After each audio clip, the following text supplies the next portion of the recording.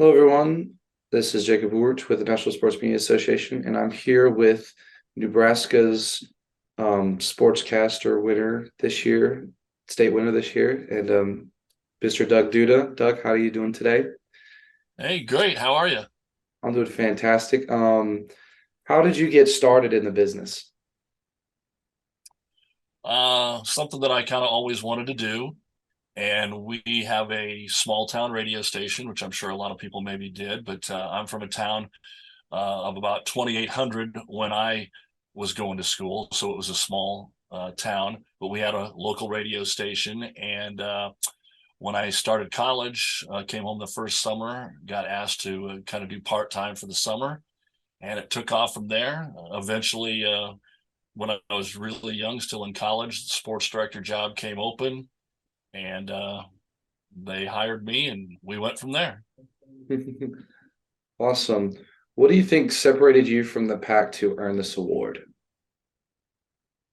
Oh, I don't know. It was quite the surprise because, like they said, it had been 26 years that someone outside of Omaha and Lincoln hadn't won it. But I suppose longevity helps a little bit. Jacob been around quite a long time.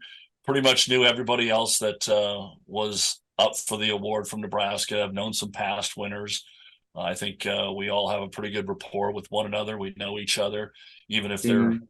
Lincoln, Omaha, and I'm out here in the Tri Cities. So that probably had something to do with it. And been around a while.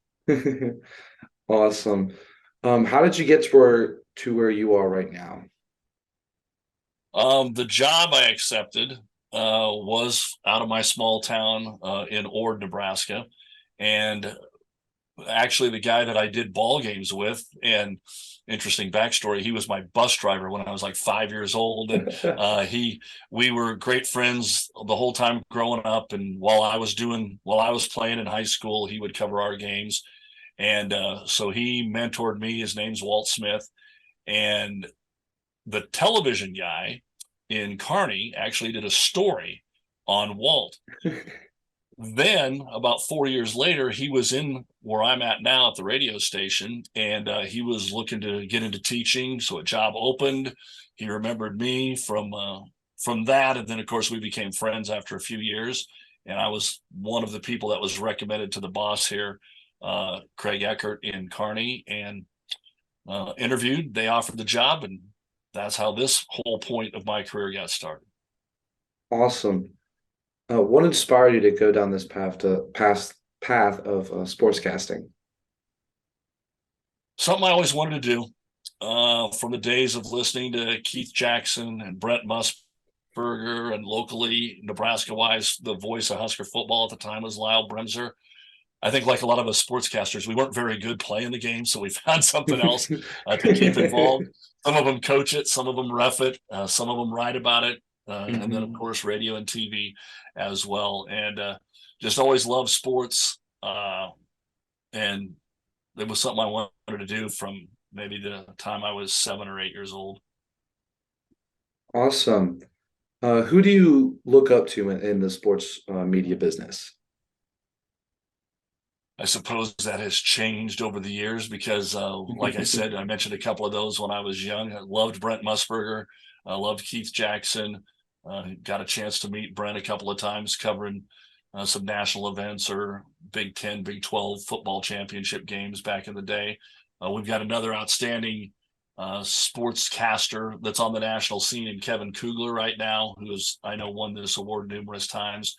So he has represented Nebraska really well. And there was, like I said, my mentor, Walt, who's retired now, obviously, looked up to him, and he taught me the business. And, we've got some great ones here in Nebraska, and got to meet a lot of folks in the Big 12. Then with the transfer over to the Big 10, there's some really neat people that we've got a chance to talk with the Big 10 network or any of the national television and radio. Probably too many to run down, but I've made a lot of acquaintances in both conferences. And that's kind of the cool thing, because when you did go from the Big 12 to the Big 10, it was a whole new set of people, basically. There's some really good Mhm. ones out there. Awesome. And last question, what would be some advice you'd give to students or people like me who want to be a sportscaster or sports writer within this business? I used to say that I'm a terrible teacher at this because I could never think of what to talk about. And luckily here, we've got a great Division II institution in Nebraska, Kearney, and they've had me speak at a class there a few times here over the last few years. You want to be honest. I think the one thing that we do, and there's a whole lot of different ways to cover sports now. We're pretty local here. If you're working for, you know, ESPN National, Fox, CBS, and you're talking about the NBA and you're talking about the NHL and NFL, that's a whole different deal. You're talking about paid professionals. Here we deal a lot with high school and college kids. And something that I learned early on is, hey, we're not here to bash the kids. They're going to make mistakes. It's okay to say they made a mistake, but don't roll on them. I mean, they're high school kids. They're playing it for the love of the game.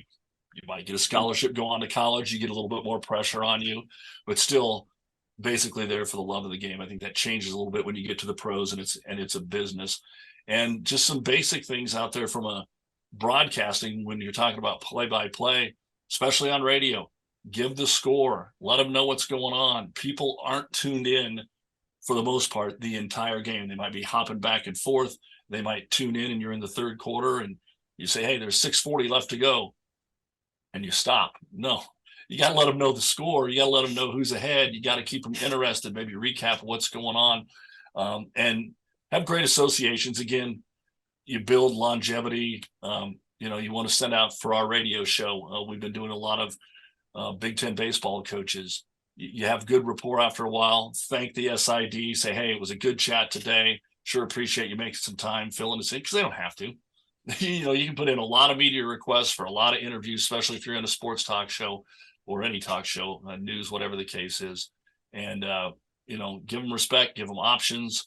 You're asking them to help you out for the most part. So, and try and be professional. Have fun, but be professional. Some people are overly critical here in the Midwest with a little more conservative values. I suppose it's not always necessarily that way. We try to keep it that way too. So the longer you're around and you build your own resume and you build your own career, then you can become Colin Cowherd, Mike Greenberg, and Stephen A. Smith and things like that, and have your own cachet, have your own style, and people will follow you for that. But it takes a while to get to that point. Awesome. Well, thank you so much for joining me here today, and I hope to see you this June at the awards ceremony.